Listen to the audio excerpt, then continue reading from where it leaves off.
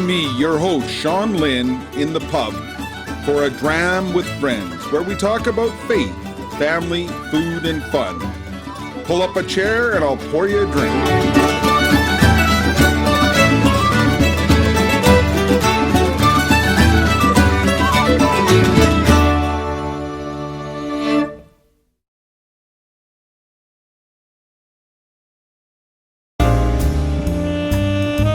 Episode 24.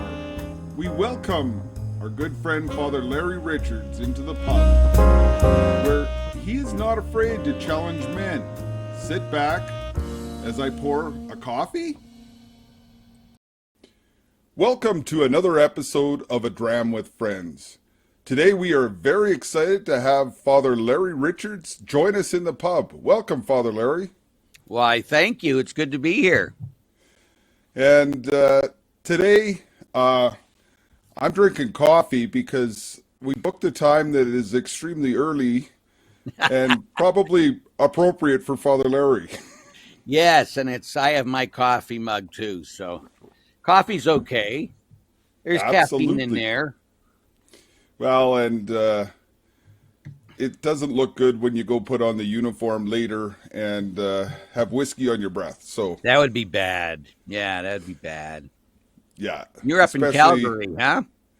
Yes. Who is Father Larry Richards for our audience?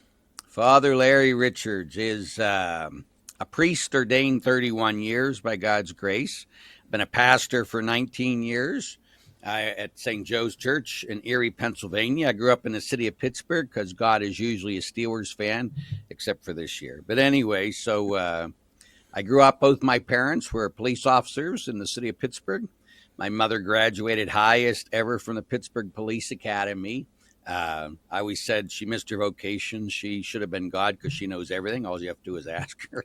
Well, used to be anymore. So now she has Alzheimer's. So, but still, she pretends like she knows everything, but she really is a great lady. And my father was a canine man. So I grew up in the city of Pittsburgh all my life. I entered seminary and I was 17 years old after being converted by Billy Graham, the big Baptist preacher here in America. And so I always said, I'm going to be the Billy Graham in the Catholic Church, you know. And so I picked up a lot of his stuff, I guess. And here I am all these years. And I work primarily now with the Parish. And I have a foundation called The Reason for Our Hope.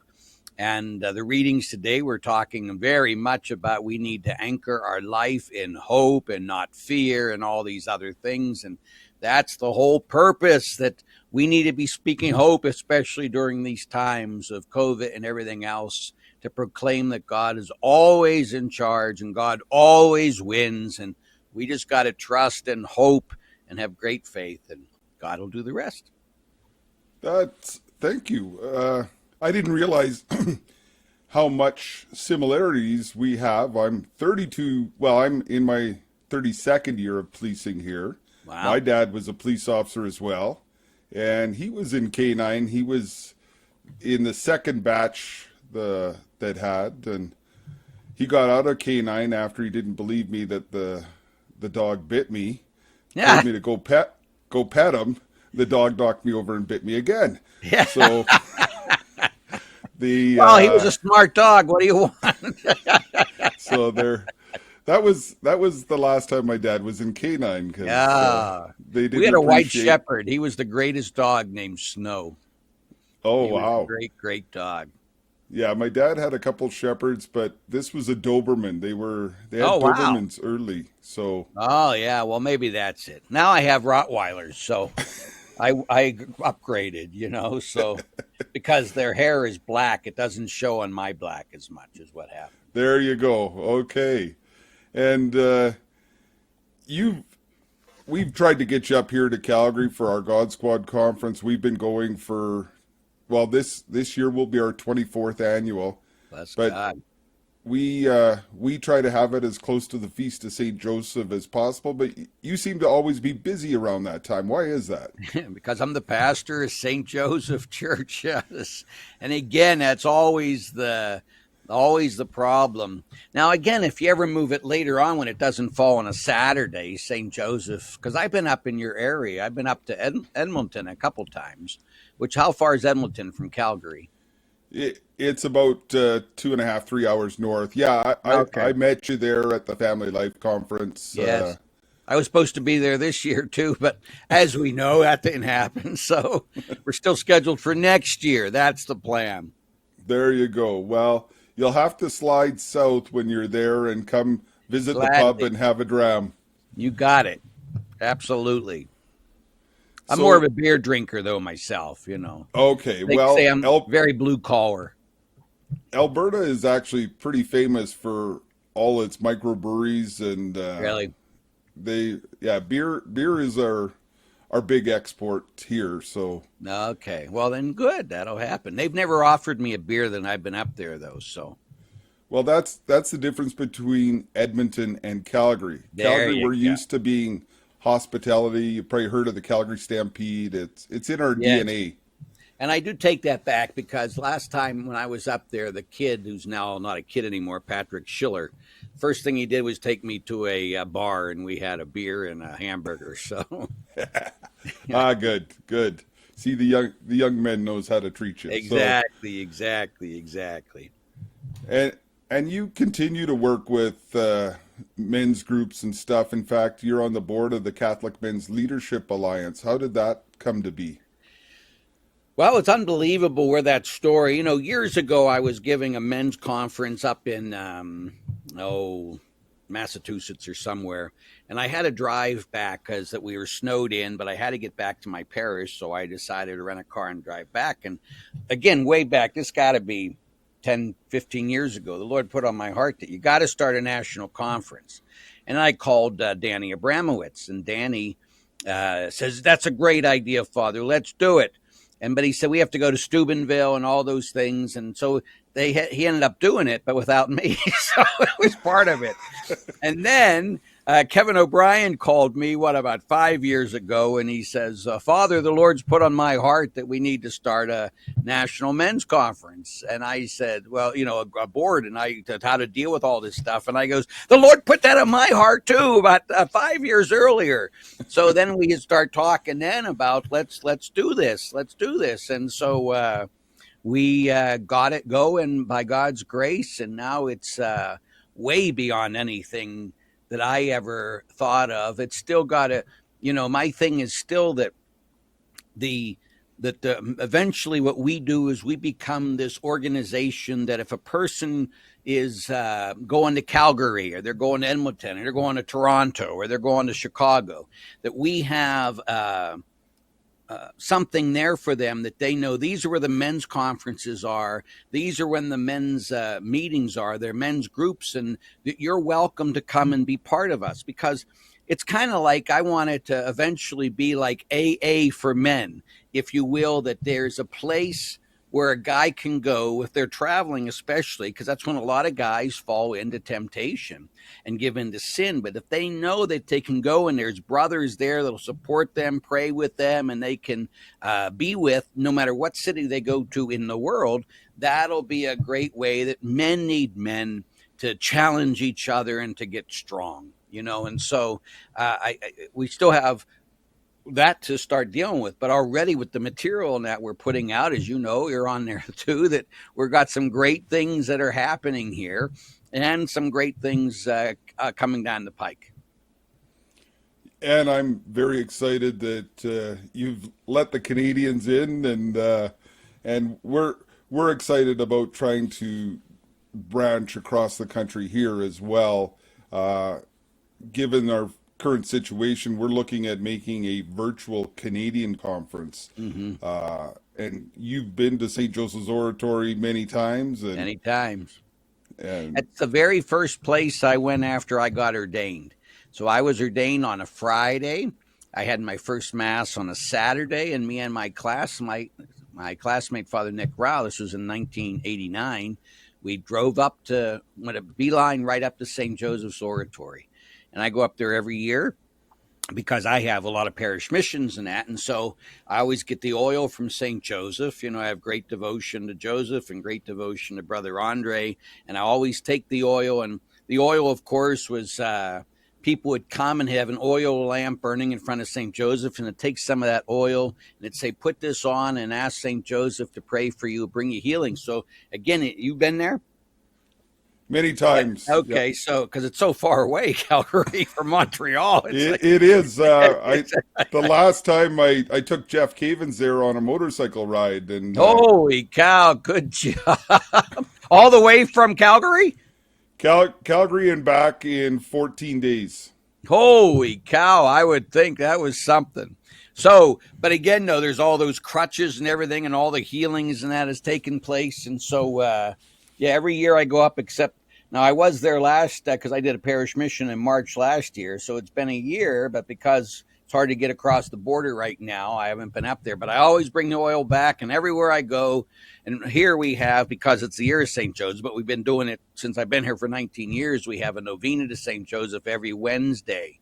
And so everybody gets anointed with that oil from St. Joseph. And I was so ecstatic when Pope Francis surprised us and started the year of St. Joseph. It's like, could have given us more time, but nope. He just said, today we're opening the year of St. Joseph. So God is good.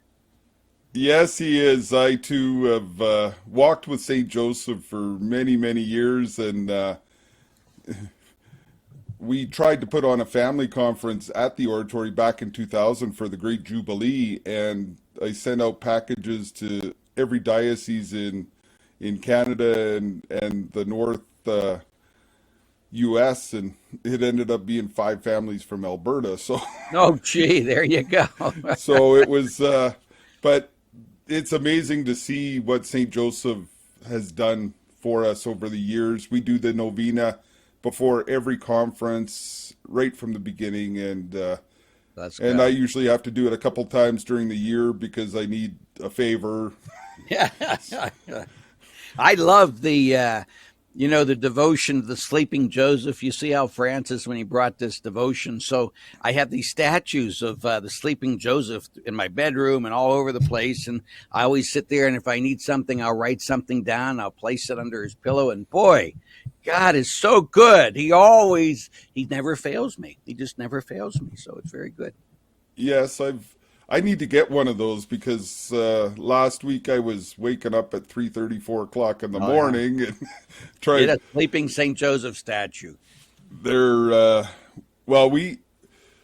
was doing the consecration of the St. Joseph for the second time, and it was just days before I finished the second one that Pope Francis declared the year of St. Joseph. So I was just on walking on clouds, and we had already put out that we were doing a fundraiser for a Dram for St. Joseph, because we want to set the litany of St. Joseph in song and share it as with the church, because just to encourage, especially men, to just contemplate that litany of St. Joseph and do it as a beautiful setting. So we're quite excited, and maybe, Lord willing, you can come up when we debut it at the shrine. So God willing. St. Joseph it's only a 7-hour drive for me here in Erie, PA. So I go up there sometimes just for an overnight. Drive all the way up, go do what I need to do, and get back in the car and drive all the way back. Wow. That's impressive. Yeah. To come to Calgary, I think it's probably about a 23-hour drive for you, maybe 25-hour drive. Oh, yeah. It's a flight. Where's the challenge in that? Exactly. Well, again, it's the time element for me usually anymore. So it's except for now, exactly. But again, I'm scheduled to be in Boise in a couple of weeks, so we're going to be starting again. I finally got the first vaccine, so hopefully I get the other one February 1st, so I can be on the road more without hopefully bringing danger to anybody else or myself. So it'll be good. That's good to hear. Well, I'll have to talk to my son down he's in Idaho Falls, and make sure he gets over there to Oh, there see you you. go. Yeah. Maybe you'll get to see my grandson, my latest grandson, before I do. So, Yeah, there you uh, go. but I'm yes, but surprised. Boise's a wonderful town. I mean, it's it's far away from me, but boy, I've been up there a couple times, and the guys are phenomenal. I was there for their first men's conference. It's a good group. yes, yeah, they are good young men Hmm. trying to do what God's calling them to do, and that's what's so Exactly. exciting about this Catholic Men's Leadership Alliance is encouraging young men, and especially to carry that torch and to build God's kingdom here in North America to start, and then we'll take over the world. So Again, God is calling us to be His disciples, and that's the core of all it is. What's it mean? And I think that a lot of men sometimes don't come to Jesus because they see us as weak. And for many years in the church, men were a bunch of weak guys that let the women run everything and let the women take over. And women do a phenomenal job doing that. But God needs to, and He's been raising up men. And I just think that like already the times have been getting hard. And I think that's why God has been raising up men, that we come and we lay down our life for our families and for our countries and for our church, that this is our job. As Joseph, he was so concerned always more with Jesus and always more with Mary than he was for himself. And that's what a man got to do, be always more concerned with others, our families and other people first, to put them first, to be willing to protect them, to be willing to die for them. And so I just think that the challenge here is for us to become these great saints like Saint Joseph. Every time, if someone, I have a book out called Be a Man, and if anybody ever asks me to sign their book, I say, sure, give it to me. I'll say, what's your name? And they'll say, Joe. And I'll say, dear Joe, be a saint. And then I'll say, God bless you, Father Larry. And then I'll hand it back to them and say, or go to hell. You got it? And they'll go, okay, Father. I said, these are the only two options you have. You become a saint or you go to hell. Well, I think I'll try. No try, no try. You be a saint. That's God's call for you. And so when we look and see that what God has called us to be and what God has planned for us, that this is what it is to follow Him, is to be a saint, to go to heaven forever, to give away our lives for other people. We just got to do it, and we got to stop living only for ourselves and for our wants and our needs and doing things our way and making sure we're doing things God's way. Father Larry, you definitely have a gift of challenging men. Like, I remember the last time we were together at the CMLA conference, and you're saying adoration starts at 5 a.m., mass at 6. Mm-hmm. You will be there. Yeah. Like, it wasn't even an option. It wasn't an invitation. It was you'll be there. Absolutely. Again, like what happens, and I'm sure the same as in Canada, but if a boy wants to become a man, what's he do? He goes into the Marines or the Air Force, the Army or something else. And the first 2 weeks, they treat him real nice. Like, guys, hey, do you want to wake up early? Are you okay? No, they don't. They say, you'll be up at 3 o'clock in the morning and you'll do what you need to do. Blah, blah, blah, blah. And guys do that because they get challenged. And again, in the church, so often us priests and bishops and that have said, oh, guys, okay, can you do this? Is it okay? How about you try to pray? I'll never forget when I was a younger priest and I was first getting going with these men's conferences. I was in a place in Pennsylvania, and there was a deacon that spoke right before me. And he used to be a basketball player. He's dead now, God rest him. But he was the speaker before me, and he got up and he says, guys, I know it's hard. It's hard to pray. It's hard to do these things. So maybe, guys, maybe you could try to pray every day. And a good way to do that is maybe while you're driving to work, think of the bumps of the car, of your steering wheel, and count 10 of them and try to say just 10 Hail Marys every day. Guys, how about trying that? And I'm sitting there fuming. Because I'm thinking, really? This is what it is to pray? Try to pray. And so he left, and I got up. I was the next speaker, and I said, wasn't Deacon so-and-so great? And they all, yay, best thing ever. And I says, you know how he told you to try to pray every day? Yeah. I said, gentlemen, you pray every day or you go to hell. Do you understand me? And they go, we like the deacon better. I go, yeah, I know, exactly. You want to be pansied and tiptoed around. Forget it, gentlemen. The day you drop dead, the God of the universe is going to give you what you love the most forever. And that darn well better be him. And you better be able to prove that by the time you give him every day, because then is not the time to make excuses why he wasn't that important to you.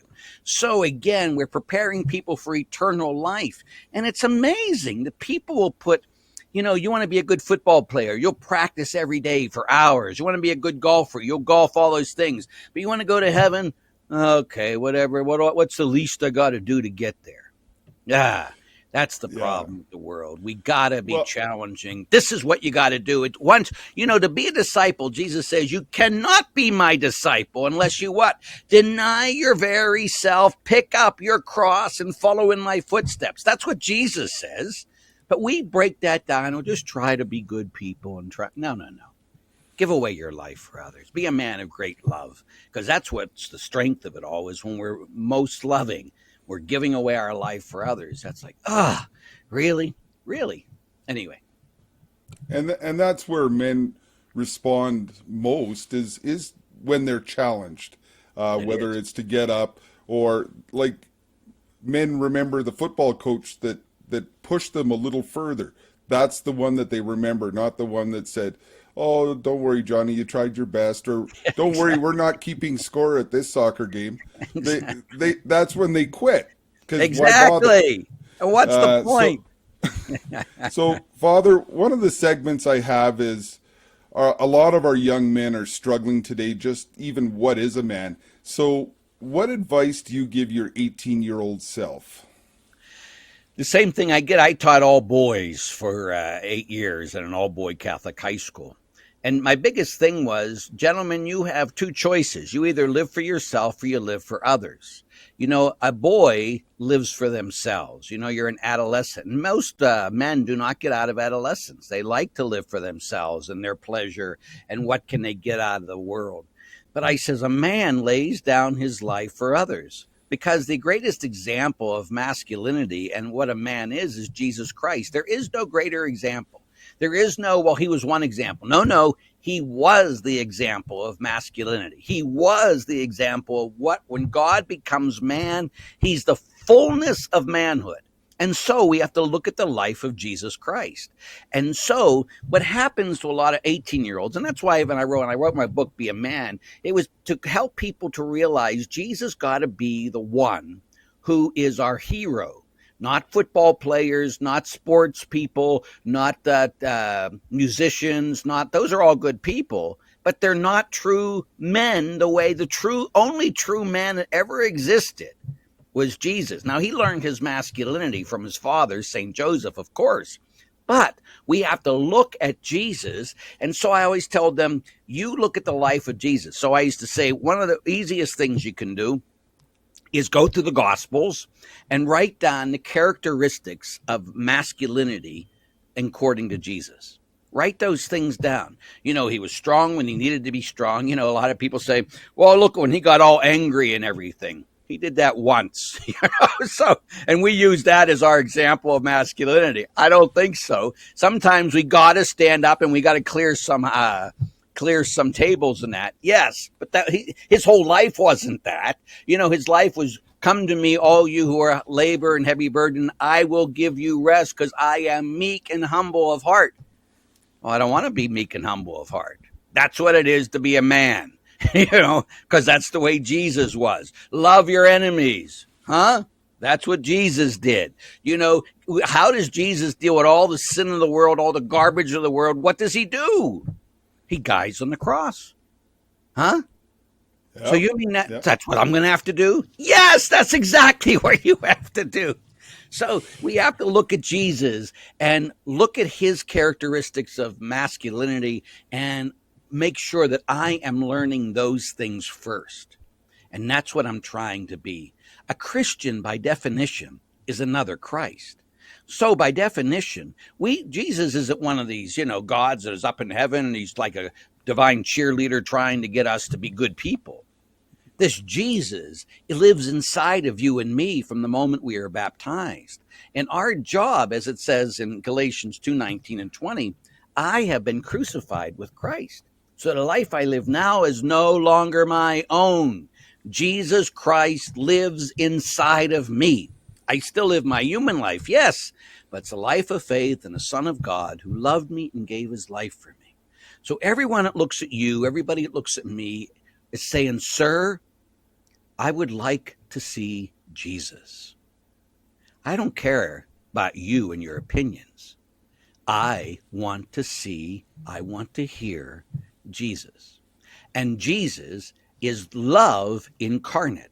So that means as men, we should be the most loving people that people know. So a boy, I say, so your job when you get married is to give away your life for your wife every day. So when you wake up in the morning, you got to think, how can I die for my wife today? Huh? And then when he gives you your 10 children named Larry, then you sit there and say, how can I die for my children every day?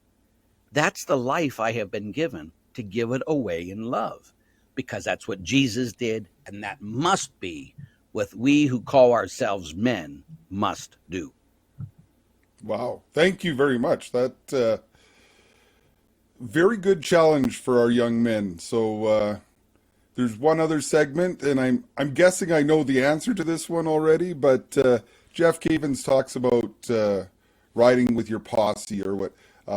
So who are your go-to saints that you walk with each day?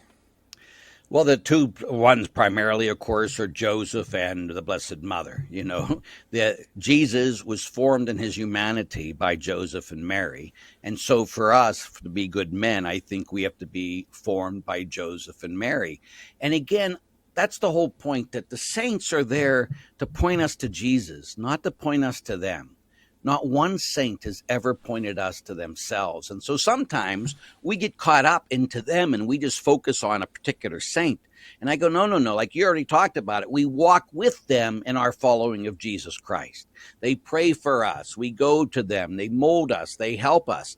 But we don't go to them. Our job as a Christian is not just to follow St. Joseph. Our job as a Christian is to follow God the Father in heaven. And Joseph will show us how to do that. Huh? And so those are the two I've always went to. And then when I was young, my grandmother gave me a medal of St. Francis Xavier. And on the back of it, of this medal of St. Francis Xavier, was the thing that got him to follow and leave everything. And it says, what does it profit a man to gain the whole world and yet lose his soul in the process? So here I am. I was not even got my first communion yet. And I remember thinking, what would it matter for me to get the whole world, to have money, to have power, to have everything there is, and then go to hell? What a waste of life. It's just like, because our time on earth, even if we live to be 100, is like, nothing. And yet people go crazy focusing on this time on this earth. And yet, please, are you kidding me? This is just, it's nothing compared to eternity. We always got to keep our eyes on what's going to keep me alive forever. That's what's most important. So the saints are already there, and they can teach us and mold us and help us. And so those are the ones. Another, of course, I've always went to is St. Francis of Assisi, because he's been the opposite of who I am. Make me an instrument of peace. And I'm always thinking, oh, instrument of peace. So I gotta, can I be an instrument of judgment or something else? I don't want to be the instrument of peace. So, but to sit there, and again, that's the cross, like to switch it, like, it takes this very strong man to give away their life and to do it in a way that wants to bring peace to others.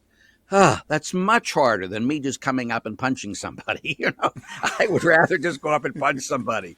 And again, like when I was seeing seminary, someone once asked me, who are you, Father? Who are you, Larry? And I said, I am a St. Peter who wants to be a St. John, because St. Peter, had a big mouth, put his foot in his mouth a lot. And yet John was the one who was always loving. And, but I also love that John would also be the one that wanted to cast fire upon and destroy everybody, wouldn't listen to Jesus. So he had his issues too. We all have our issues, and so to have these saints that are praying for us and are leading us and guiding us are the greatest things we can do. Thank you so much, Father Larry, and thank you for taking the time to visit the pub today. Normally Absolutely. I have a whiskey in my hand where I talk about the origin of the whiskey name is Ishkabaha, which means water of life. And my prayer is that you continue to lead many souls to the true water of life, and that we will see each other again in the near future. And thank you for your time. Thank you. God bless you guys. Have fun. I hope you have enjoyed this episode of A Dram with Friends. Like and subscribe. Go to all podcast platforms to look for it on podcast, or go to godsquad.ca to support our mission.